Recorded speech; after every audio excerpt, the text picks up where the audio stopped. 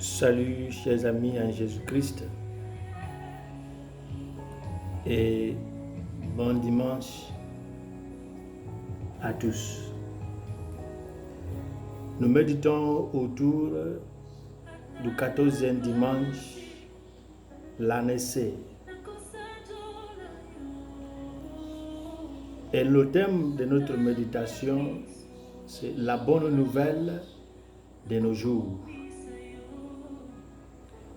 L'Église nous propose la prophétie d'Isaïe au chapitre 66, versets 10 à 14, Galates chapitre 6, 14 à 18 et Luc chapitre 10, versets 1 à 12 et 17 à 20.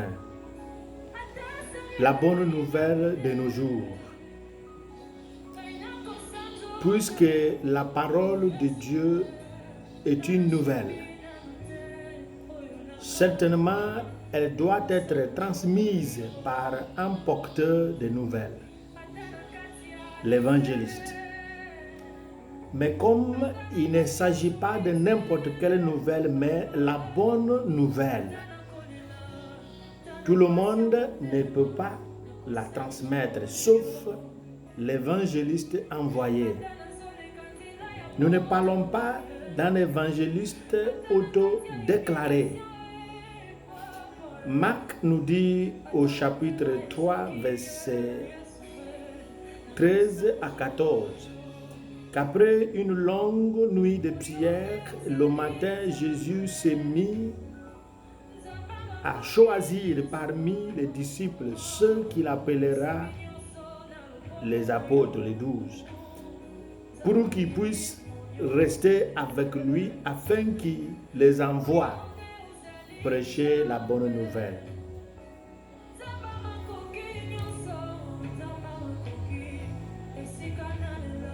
La bonne nouvelle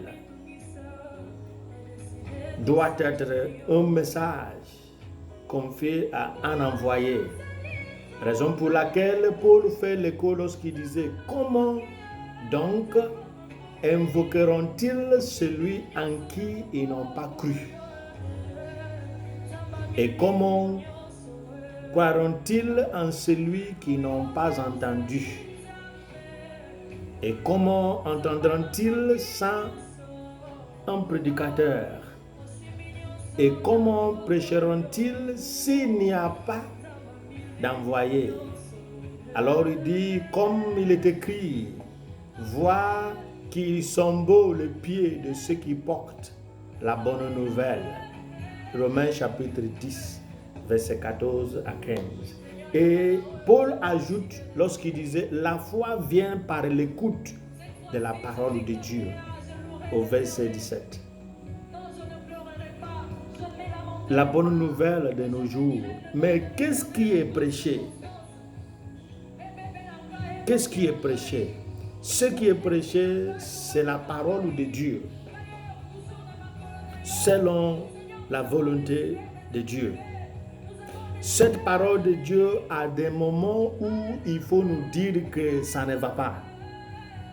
Cette parole a des moments où nous dit que la consolation est proche. Cette parole de Dieu a des moments où nous dira que quelles que soient vos supplications et vos prières, Dieu n'écoutera pas. Tant que vous ne ferez pas telle ou telle chose. C'est ça la bonne nouvelle, selon le mandat de l'Éternel. Le royaume de Dieu, d'où vient et sur laquelle se base cette parole, cette bonne nouvelle, Paul nous dit que le royaume de Dieu n'est pas une affaire de manger et de boire, mais la justice, la paix et la joie dans l'Esprit Saint. Sa lettre aux Romains chapitre 14, verset 17. C'est pourquoi Jésus nous envoie avec un avertissement pour éviter les distractions terrestres d'avarice, parce que ceux qui nous accueilleront s'occuperont de nous. Raison pour laquelle il ne faut pas mettre en première position ce qu'il faut manger et ce qu'il faut boire. Mais la transmission de la joie, de la justice et de la paix. La joie qui vient de l'Esprit Saint. L'accent devrait être mis sur l'avancement de la justice, de la paix et de la joie. La formule d'appel de cet envoi selon l'évangile, c'est que la paix soit avec cette maison. Au cours de cette mission se trouve l'économie de la justice, de la paix et de la joie.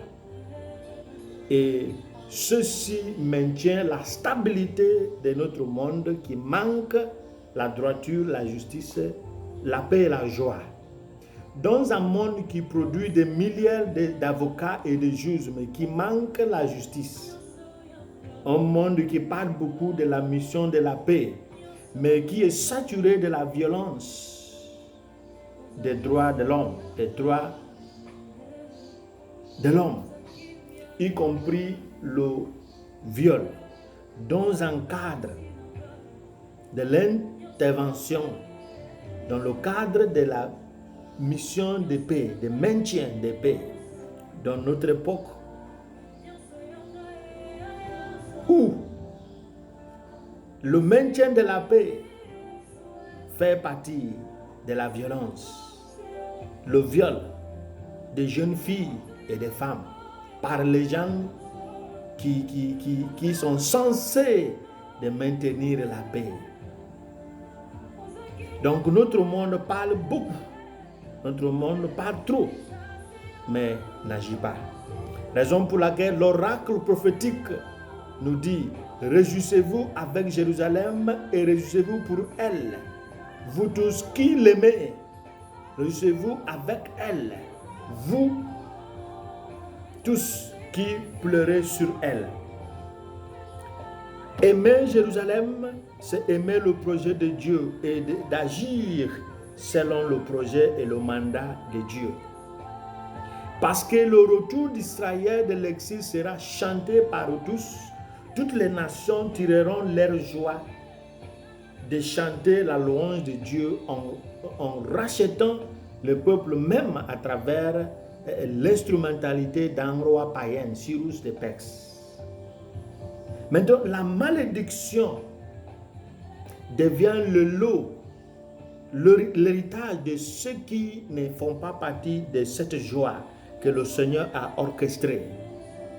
C'est pourquoi ceux qui cherchent la joie isolée rejetteront certainement la bonne nouvelle parce qu'ils cherchent leur propre joie, la joie isolée.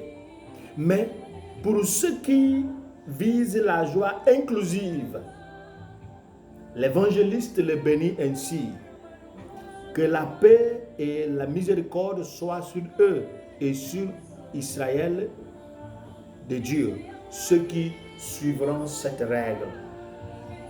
La deuxième lecture. L'implication de rejeter la bonne nouvelle. Si la logique que nous venons de citer selon Romains chapitre 10 est valide, que comment les gens parviendront à croire s'il n'y a pas le prédicateur? Et si les prédicateurs sont disponibles, pourquoi les gens rejettent toujours la bonne nouvelle? Pourquoi la foi ne doit-elle pas venir après avoir entendu la parole de Dieu? Jésus a une réponse lorsqu'il disait que depuis l'époque de Jean-Baptiste jusqu'à nos jours, le royaume de Dieu, le royaume des cieux subit la violence.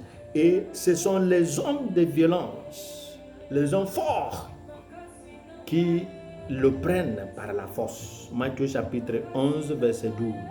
Cette violence, parmi tant d'autres interprétations possibles, est la violence tyrannique de la puissance du mal et de ses agents sur terre qui cherchent à maintenir leur domination sur ce monde et à contrecarrer l'avancement du royaume de Dieu. Donc, même s'il y a les prédicateurs de l'évangile, il y a toujours les forces. Et cette force devient puissante lorsqu'il s'accapare les acteurs principaux de l'évangile au sein de l'Église, ce qui est le malheur de nos jours, où il y a les hommes et les femmes de Dieu qui s'intéressent aux activités nocturnes, aux activités noires du monde.